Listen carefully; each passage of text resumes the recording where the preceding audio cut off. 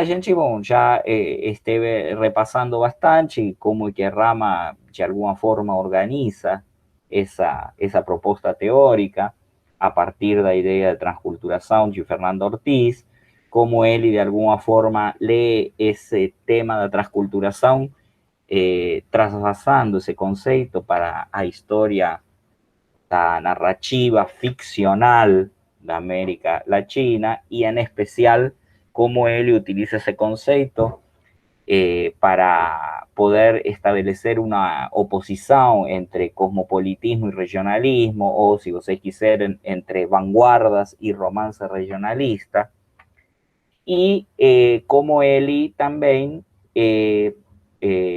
faz esa hipótesis y propone que a nova narrativa latinoamericana, a partir de la década de 1940, sería una especie de, si ustedes quisieran, respuesta quasi adaptativa do regionalismo, na medida en que ese conteúdo más ligado aos valores y a cultura tradicional, premoderna da América Latina, previa a modernización, que existía ya en el romance regionalista, a partir de la década de 40 encontraría su forma más adecuada con a tecnificación narrativa, o sea, con la incorporación de una narrativa ficcional de todos sus artificios y dispositivos de índole también cosmopolita, universalista, modernizadora, vinculados a vanguardas,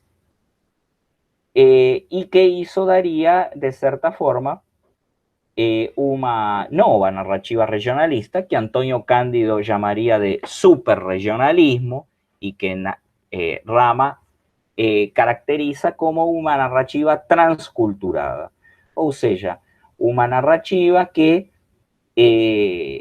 pega todos esos conteúdos culturales, tradicionales, y os moderniza y os resignifica de forma que alcanzan una maturidad literaria y ficcional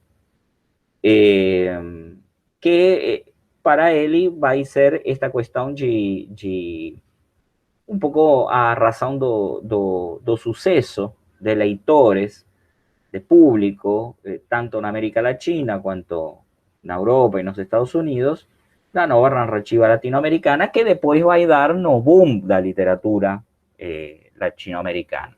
¿Sí?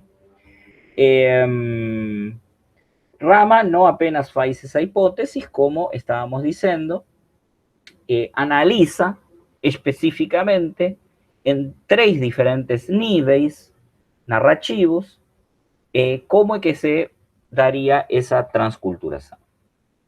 Y entonces, nós ya tínhamos falado do primeiro nível, que era o nível que Rama considera como a nível da linguagem, y tínhamos falado y explicado un poco que para Rama do que se trataba era da construção de uma coisa que ele chama linguagem literária, ou seja, a construção de uma linguagem artificial, obviamente, em tanto literária, para a construção da ficção, que de alguma forma dilui esta relação periférica que tinha o romance regionalista com a con la lenguaje metropolitana, o sea, con el español de España, o con la norma culta, o si ustedes quisieran, con un español más neutro.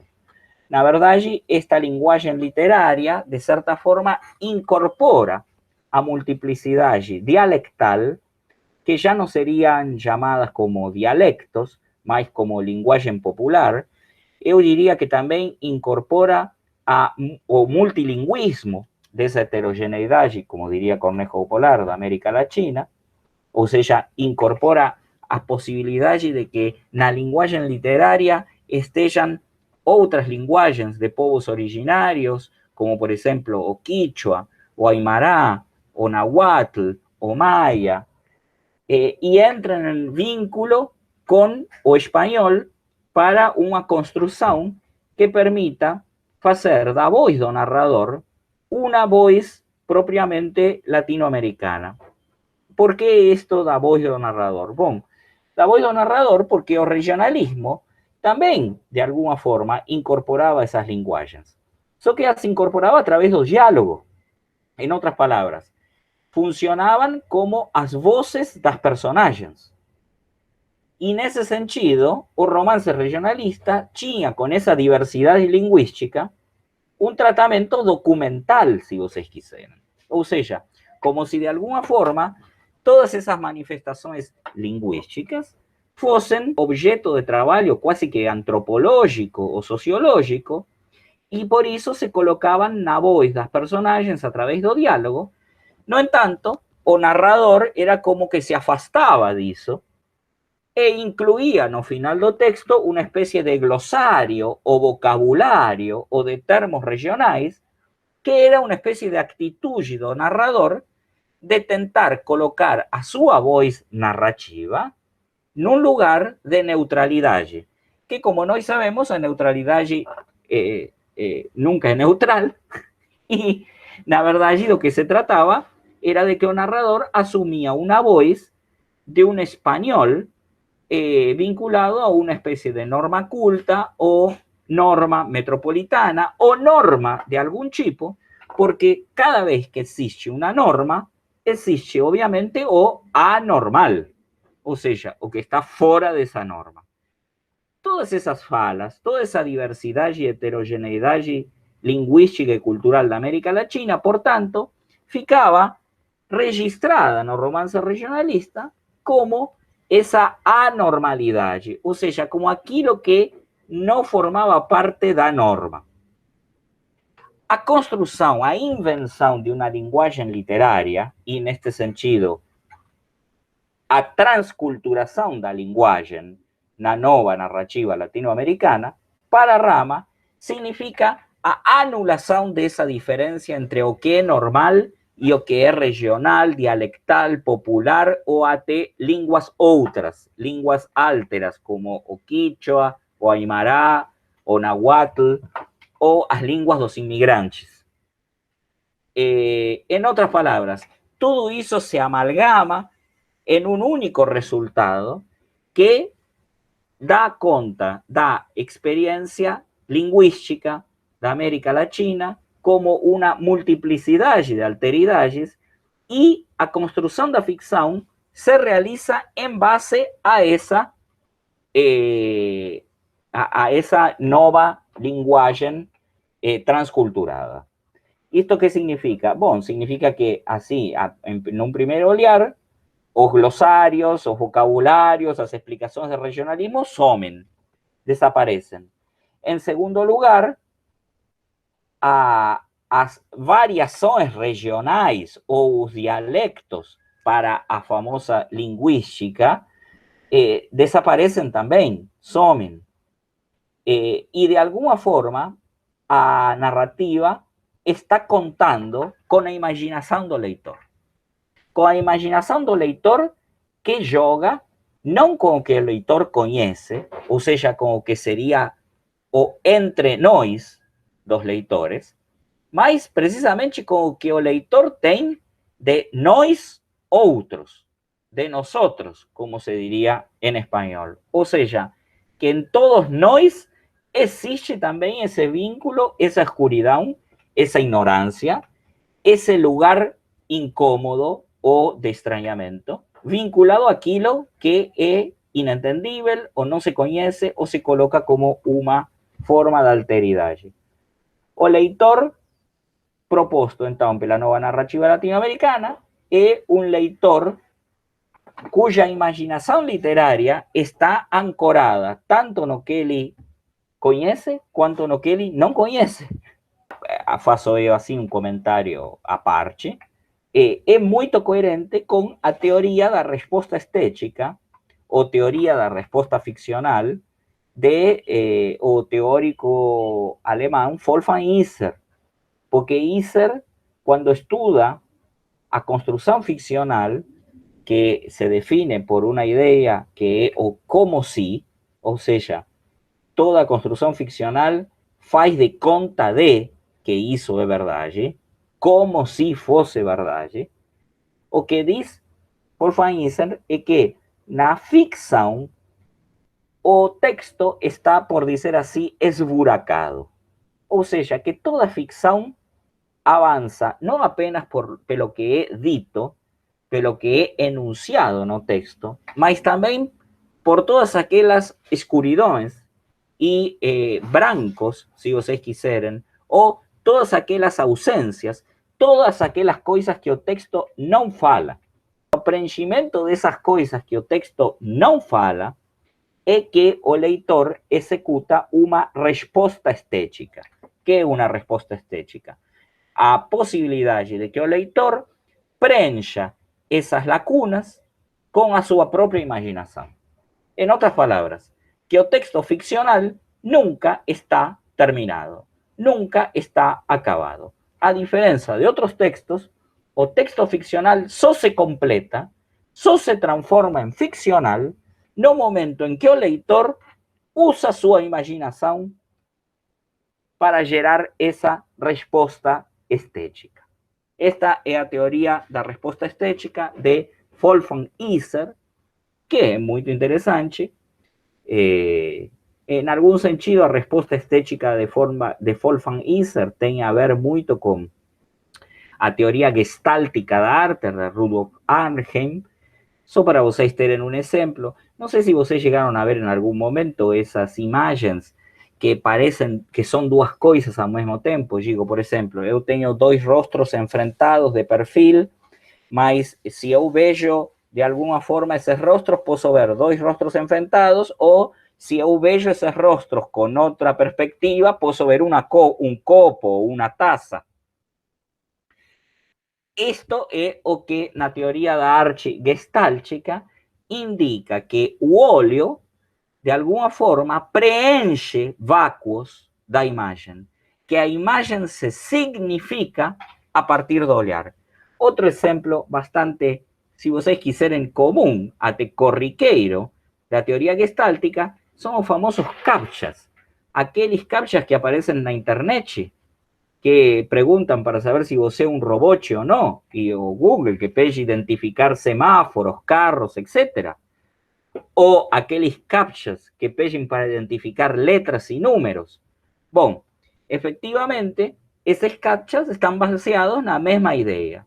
La idea de que a interpretación da forma es cultural. Y que, por tanto, no es posible meramente con criterios objetivos identificar o tal vez hasta saber si una letra A mayúscula es una A mayúscula o un 4 un poco deformado. Que somente a respuesta gestáltica da percepción do cérebro humano es capaz de culturalmente identificar esa forma. Bom, a teoria da ficção de Wolfgang Iser é, por dizer assim, influenciada por essa teoria gestáltica da história da arte de Rudolf Arnhem. Então, nesse sentido, cada vez que no texto aparecem vocábulos que um leitor da cidade de Buenos Aires não consegue nem sequer identificar claramente en algún significado denotativo, vocábulos usados, sei lá, por también un leitor urbano, só que da cidade do México. O leitor de Buenos Aires se identifica da mesma forma que o leitor do México a partir do preenchimento imaginativo desse vácuo, dessa laguna, dessa espécie de, se vocês quiserem, presença da alteridade a partir da linguagem que desconhece. Claro que, obviamente, esto es un efecto ficcional para el lector común. Nós, que somos leitores especializados, diría Wolfgang Iser, faría una respuesta que él llama, primero, una respuesta estética y después una transposición crítica. En otras palabras, que eu, como un leitor especializado, podría, sin ter interés en pesquisar, como é que funcionam estes termos que eu, como leitor leigo, como leitor prazeroso de fruição, não me preocupo quando leio.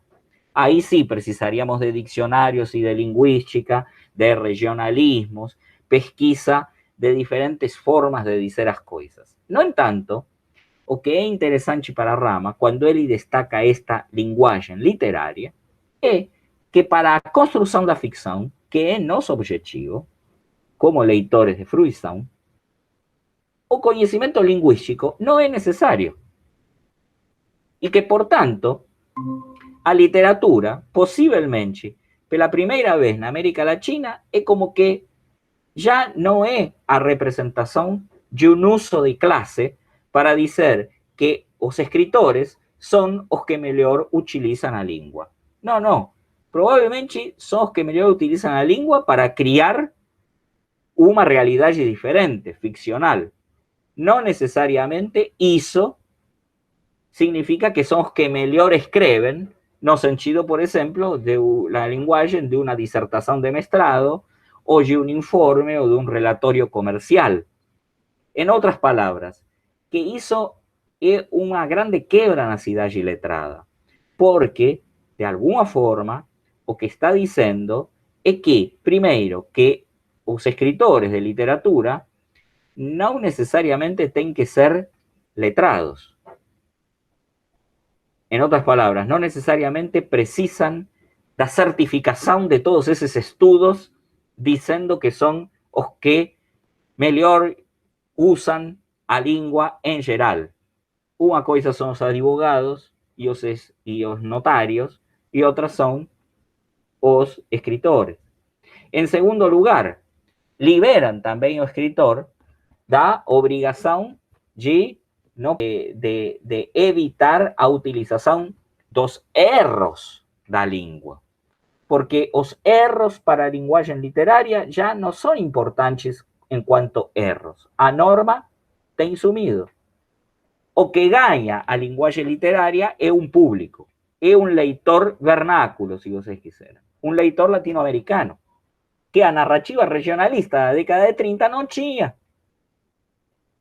Que a narrativa regionalista da década de 30 no contaba con ese leitor vernáculo. Era un leitor vernáculo culto, aquele da narrativa regionalista da década de 30. Esto un pouco pode ser extrapolado aos outros dois níveis que menciona Ángel Rama. O segundo nível que menciona Ángel Rama é o nível do que ele chama da composição literária. A que se refere com a ideia da composição literária? Bom, já não se refere à construção linguística, mas se refere a aquelas estratégias técnicas para construir a narrativa. Rama dá alguns exemplos bastante interessantes. Por exemplo, ele comenta o caso do monólogo interior, o fluxo da consciência, que é uma técnica tipicamente vanguardista, desenvolvida sobre todo na literatura anglo-saxónica, por exemplo, no Ulisses de James Joyce, nos diversos romances, As Ondas, o Orlando, da grande escritora inglesa Virginia Woolf, o monólogo interior, que de alguma forma aparece como un estilo indirecto libre, como un discurso indirecto libre, en romances como os de William Faulkner, a veces escasamente de una forma más precaria en Hemingway, en otras, por ejemplo, Na Montaña Mágica de Thomas Mann o en Na Busca do Tempo Perdido de Marcel Proust, o no romance A Conciencia de Seno do italiano Italo Svevo, o no romance A Morte de Virgilio. En otras palabras, a vanguardas, tal vez influenciadas pela idea de que o inconsciente, segundo a teoria psicoanalítica de Freud, tem a mesma estrutura da linguagem. Vejam bem que isto está muito bem explicado e sugerido em Freud, sobretudo nos textos sobre a interpretação dos sonhos, ou sobre os textos sobre o humor e a psicanálise das piadas que faz Freud. Freud sugere esta ideia de que a inconsciente funciona a través das categorias e do nível da linguagem. Esta ideia de Freud vai ser depois desenvolvida, eu diria que fartamente desenvolvida, pelo psicanalista tan importante para los estudios literarios que es Jacques Lacan. Freudianos y lacanianos, de alguna forma, proponen que o inconsciente, ou seja, todo aquele reservatorio ao qual a consciência não pode acessar e que de alguma forma dirige as nossas ações e nossos pensamentos de uma forma que nós não conseguimos controlar completamente. Esta ideia, então, de que esse inconsciente funciona à maneira da linguagem é, para os vanguardistas do começo do século XX, uma ideia muito literária, por dizer assim, no bom sentido.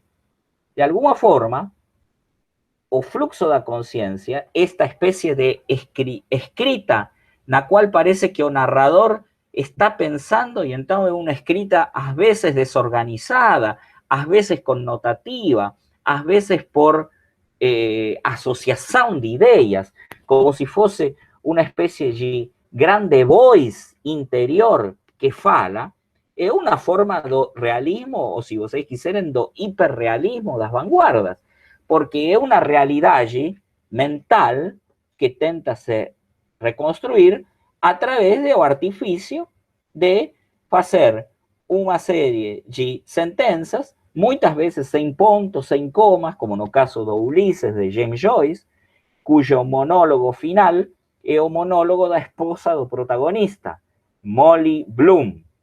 Sim, efectivamente, James Joyce escreve o final do romance Ulisses, cujo protagonista é Leopold Bloom, sem a presença de Leopold Bloom.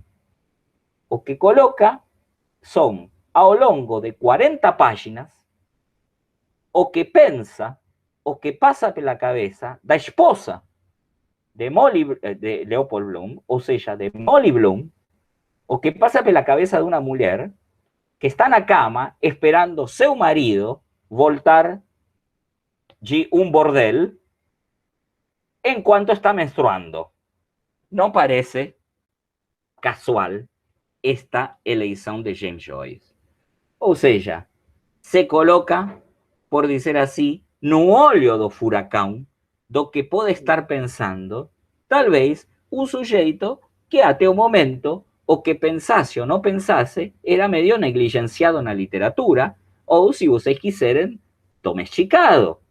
O que está fazendo é colocar o pensamento, ou tentar colocar, digamos, o pensamento sem domesticação, o pensamento próprio de um sujeito feminino, lembrando do seu marido e também dos seus amantes, num momento em que corporalmente está de alguma forma também interferida, na medida em que está menstruando. Ou seja, estas 40 páginas finais do monólogo, do famoso monólogo de Molly Bloom, em algum momento, não tem nem um ponto, nem uma vírgula, nem uma separação de párrafos, nada. É um fluxo contínuo de palavras, que de alguma forma tenta ser a imitação do fluxo contínuo de palavras que poderia ser o que essa pessoa está o que está pasando pela cabeça dessa pessoa ao longo dessas horas. Estou explicando um pouquinho o monólogo interior, porque, por exemplo, Clarice Lispector utiliza muito o monólogo interior também no relato dela Água Viva, em todos os textos dela, mas em Água Viva é mais evidente. O monólogo interior, o fluxo da consciência, vai dizer Rama, parece uma técnica muito novedosa. No entanto, Rama, por exemplo, o que diz é que este monólogo interior está bastante aparentado com as ideias tradicionais da narrativa popular. Ou seja, na narrativa popular, geralmente o narrador desenvolve una historia como una especie de fluxo de conciencia, la conciencia colectiva de seus ouvintes. Benjamin, cuando estudiaba a natureza do narrador, Walter Benjamin, decía que a modernidade, e especificamente as formas da literatura mercantilizadas, a publicação de romances e contos, etc., tinham, ou seja, a modernização, tinha modificado o narrador. Que a partir da modernização, o narrador era uma espécie de, se vocês quiserem, de voz individual, não voz da coletividade. E essa voz individual do narrador tinha a ver com a posição do autor. Para o narrador, embora seja uma coisa diferente do autor, ao ter um autor individualizado a narração, o autor também está individualizado. E o autor individualizado da narração tem a ver com o direito de autor, basicamente. Ou seja, o autor é o dono dessa narrativa, é o dono dessa história. Ao contrário disso, o narrador tradicional funciona como um médium entre uma história que não pertence a ele, que de alguma forma é uma história coletiva, mítica, uma história da tradição. E o narrador executa uma espécie de fluxo de consciência, no qual sua voz, sua palavra, se aproveita dessa narração, dessa história, que é coletiva, e, portanto, a voz do narrador tradicional também é coletiva. Esta idea de una narrativa colectiva o de una narrativa ao modelo tradicional é um dos exemplos que dá Rama de como as técnicas de construção da ficção transculturadas, de alguma forma, trazem a maneira de novidades ou se vocês quiserem, se aparentam com essas novidades que parecem novidades próprias da modernização ou das vanguardas, y que, no en tanto, están también vinculadas con las formas de contar una historia propias de la tradición premoderna. Entre los ejemplos que da, digamos, Rama para esto está claramente a narrativa de Grande Sertão Veredas. O sea, a narrativa de Grande Sertão Veredas funciona como un monólogo interior, mas también, ao mesmo tempo, funciona como a conversa que eu tenho com um jagunço, com Riobaldo. Vean bien que esta narrativa también joga con a alteridade da propia historia. En otras palabras, que nós, cuando leemos Grande Sertão Veredas, no necesariamente precisamos entender todo o que nos está siendo contado no momento en que nos está siendo contado. Se trata de un monólogo. É un jagunço, já velho, propietario agora de terras, que está falando para alguém. Y está falando para alguien, probablemente en algún tipo de boteco, y bebendo su pinga. Y por tanto, si vocês estivessem escutando a una pessoa falando desse jeito, no estarían parando a narrativa para pedir que a pessoa explique en detalle todo o que estaba acontecendo. De fato, Riobaldo conta essa narrativa como si Diadorim fosse sempre homem. Até o final, no cual se descobre que Diadorim é mulher. Então, esta narrativa así de Riobaldo pode também ocultar coisas que não necessariamente pertenceriam a uma narrativa objetiva. Esse monólogo interior, por assim dizer, de Riobaldo, parece a narrativa de uma pessoa muito rústica, tradicional, tentando ocultar. Primeiro, nunca saber se Diadorim era ou não era mulher.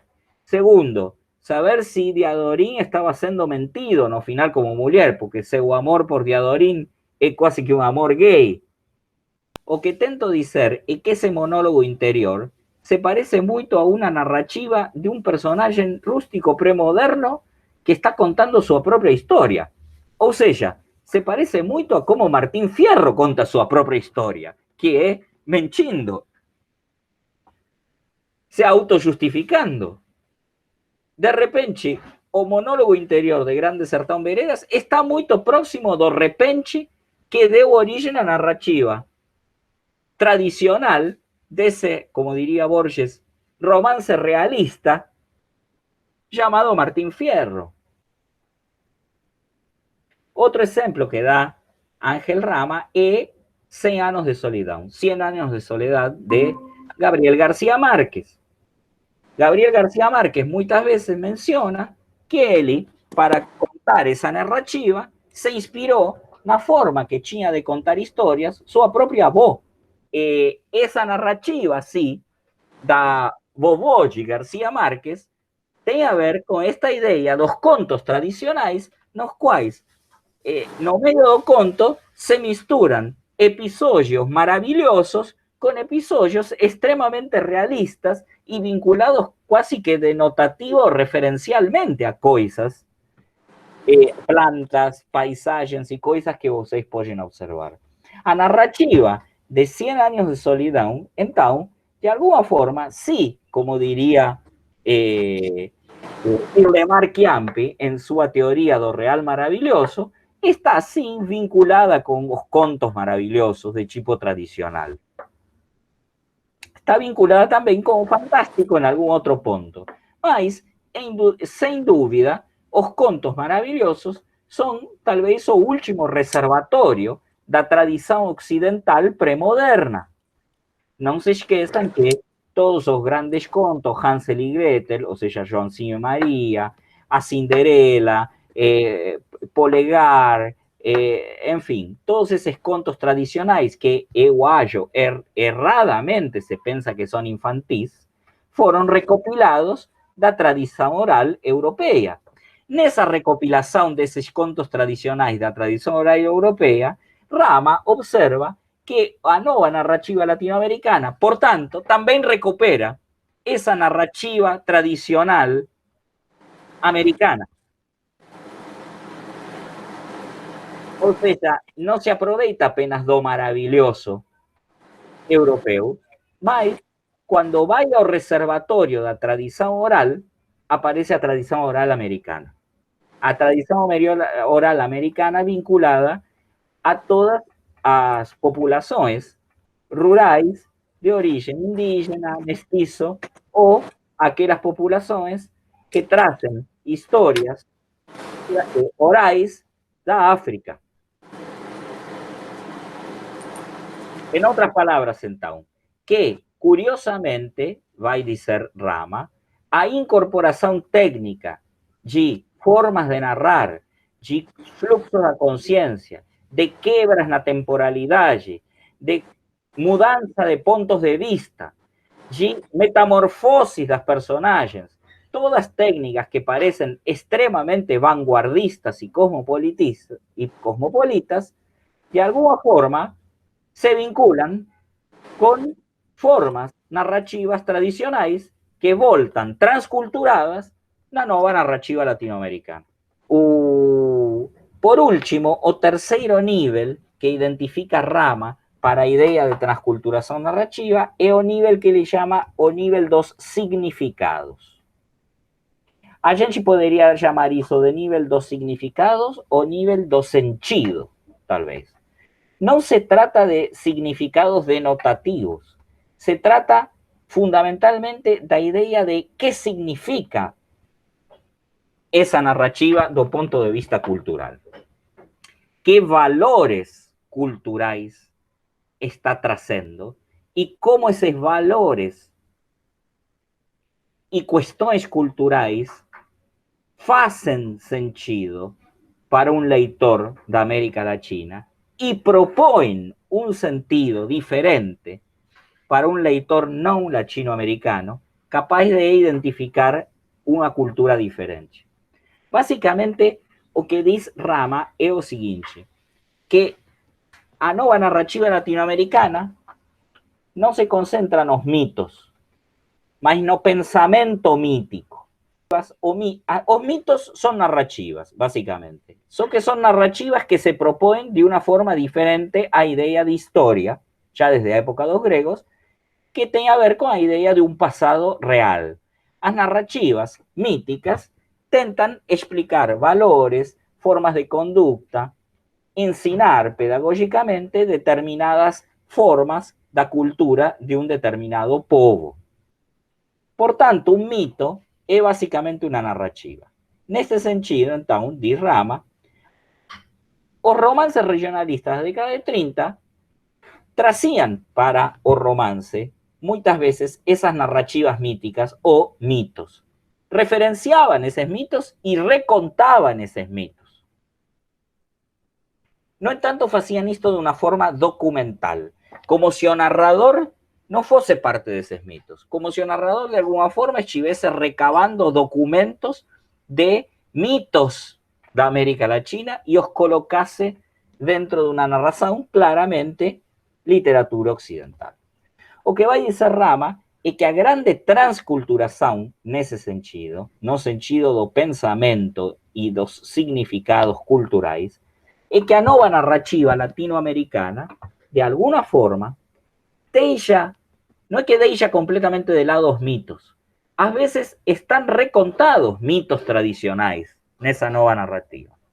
Porém, o mais importante é que asumen para sí propias o que él llama de pensamiento mítico, que sería algo bastante parecido a lo que el antropólogo Claude Lévi-Strauss llama de pensamento selvagem. Ou seja, o pensamento mítico se caracteriza por una utilización do tempo que é diferente ao tempo histórico. O pensamento mítico propõe uma temporalidade circular y no una temporalidad lineal, como supone a historia. Vean bien que la idea do mito, do pensamento mítico, está relacionado con a religión y con a tradición. A religión é o que traz a traditio. Tradición significa trazer. Vean bien que o mito y o pensamento mítico tem a ver con os rituais. Cuando vocês toman a Eucaristía o a comunión, y estou colocando sí a explicación clara de que o cristianismo tem pensamento mítico, en tanto é una religión, cuando vocês toman a Eucaristía, vocês no están comendo pão, ni están comendo pão ensopado con vinho. Si vocês son crentes, están recebendo o corpo e o sangue de Cristo. E están recebendo o corpo e o sangue de Cristo da mesma forma que esse corpo e esse sangue de Cristo foi transustanciado na última ceia. Naquela ceia na qual Cristo se despediu dos seus discípulos, transformando o pão e o vinho em corpo e sangue.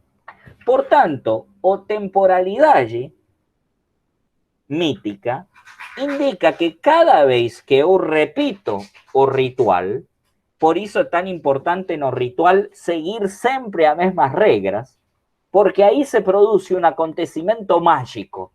Quando no ritual eu repito sempre as mesmas regras, se produz a magia, se produz a epifania, ou seja, o tempo antigo volta. No tempo mítico, todo futuro, toda profecía es también un pasado, porque en un tempo circular, cuando eu olho para o futuro e faço uma profecia, eu posso ver esse tempo como um ponto, que se eu olho esse ponto agora, está no futuro. Mas se eu vou para trás, ao passado, volto a esse ponto mítico.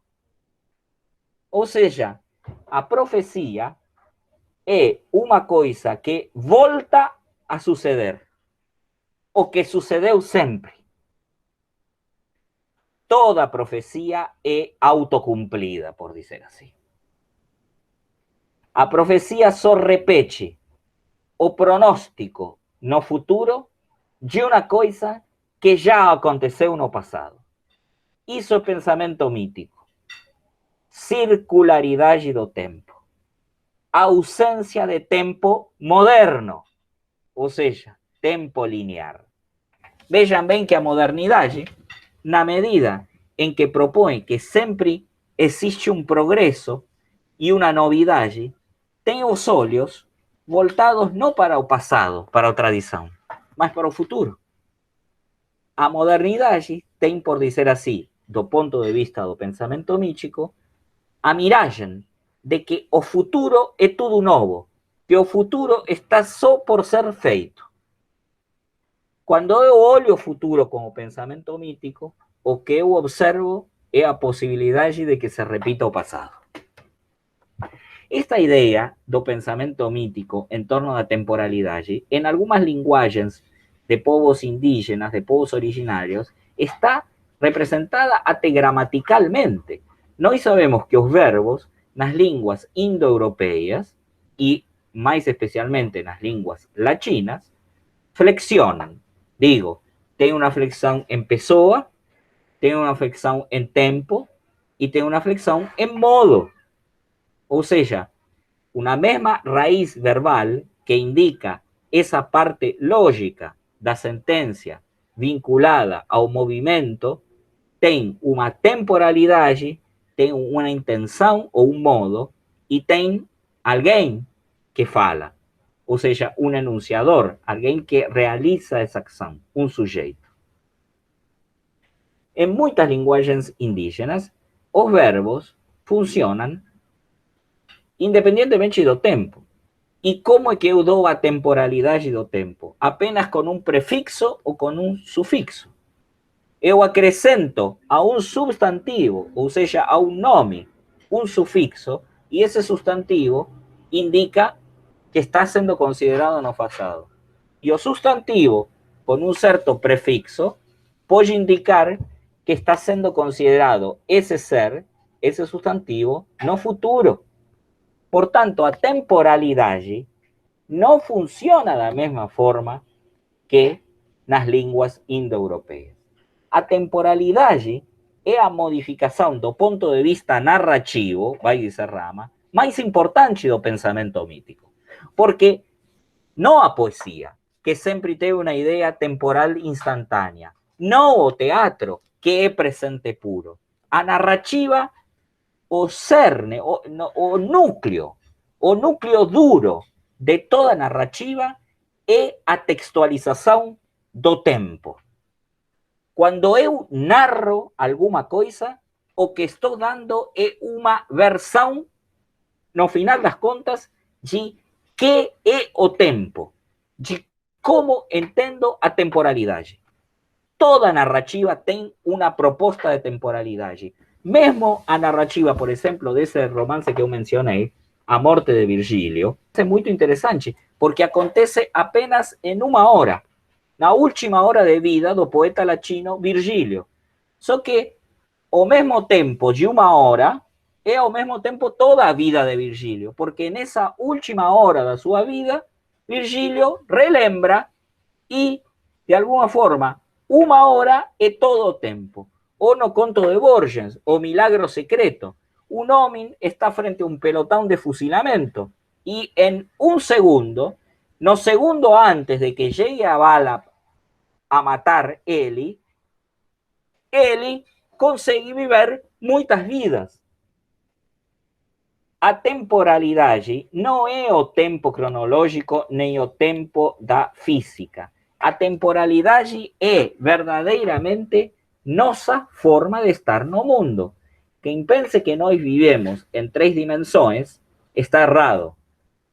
Nossa forma de viver é no tempo, nessa 4ª dimensão. A narrativa é sempre uma proposta, como diria o teórico brasileiro Luiz Costa Lima, é sempre uma tematização da temporalidade. Dá sempre a versão do tempo que se quer fazer. E então, esse pensamento mítico, que de alguma forma tem uma visão que problematiza o tempo ocidental, o tempo da modernidade ocidental, o tempo linear de Ocidente, é o que entra no jogo quando Rama diz que existe uma transculturação no nível dos significados.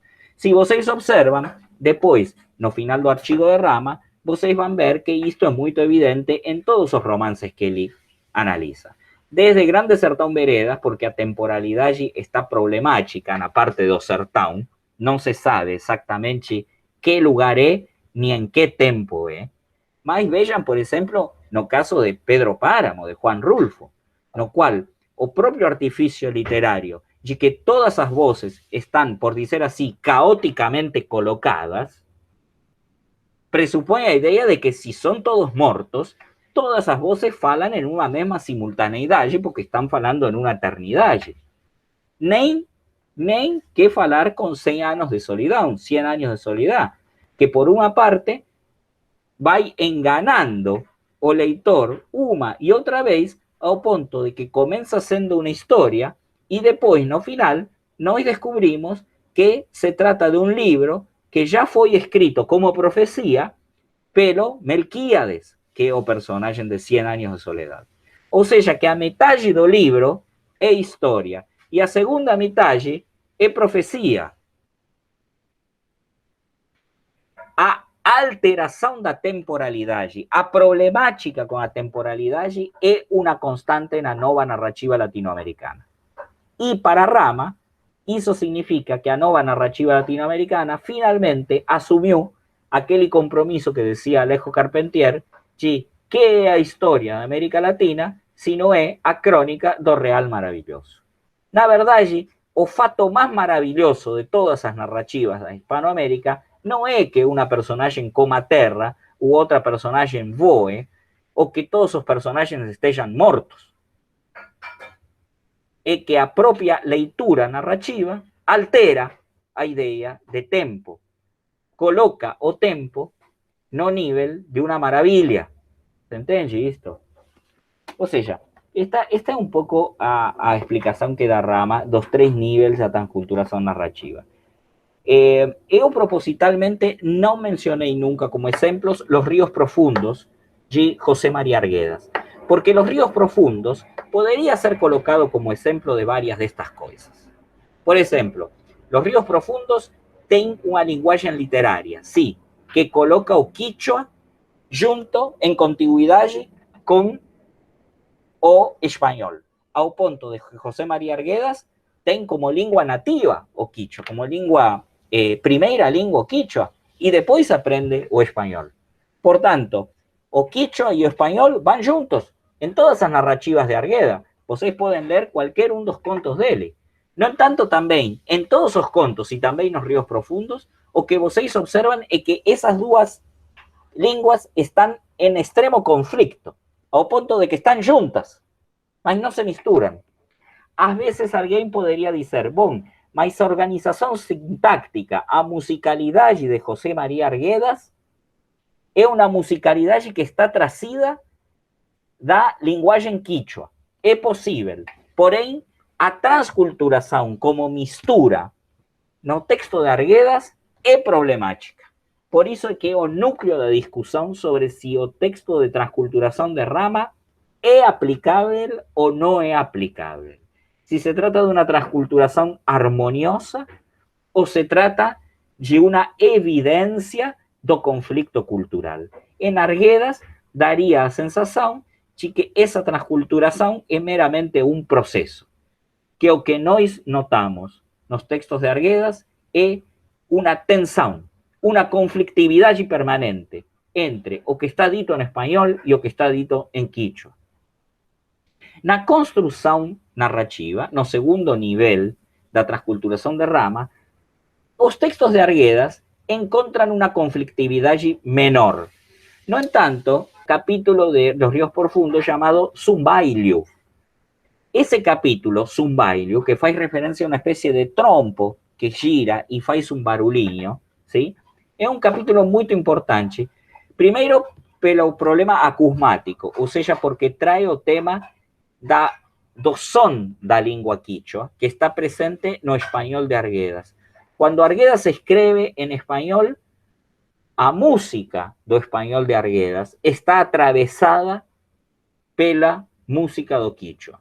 No entanto, o capítulo é mais importante do ponto de vista da construção narrativa, porque aparentemente o narrador, Ernesto, está contando en primera pessoa un romance que llamaríamos de Bildungsroman en alemán o romance de formación. Un adolescente va a contar su historia de adolescencia y cómo él consigue llegar a ser una persona adulta, contando sus aventuras y desventuras. Ese capítulo, de repente, corta a temporalidade. E o narrador desse capítulo é un antropólogo. Como si de repente, no medio da narración de cómo Ernesto se transformó no que ele é, aparecesse un outro Ernesto. Un Ernesto antropólogo que é semelhante ao José María Arguedas y que de alguna forma recupera esa musicalidade do quichua. Interfere nessa idea de narrativa y na temporalidade dessa narrativa. A parte dos significados, também no texto de Arguedas é problemática, porque precisamente talvez a maior demostração do pensamento mítico, como diría Rama, o transculturado de Arguedas, estaría na anulación de ese pensamiento mítico para lo que está dito en español y a connotación de ese pensamiento mítico para lo que está dito en quichua, para lo que está escrito en quichua.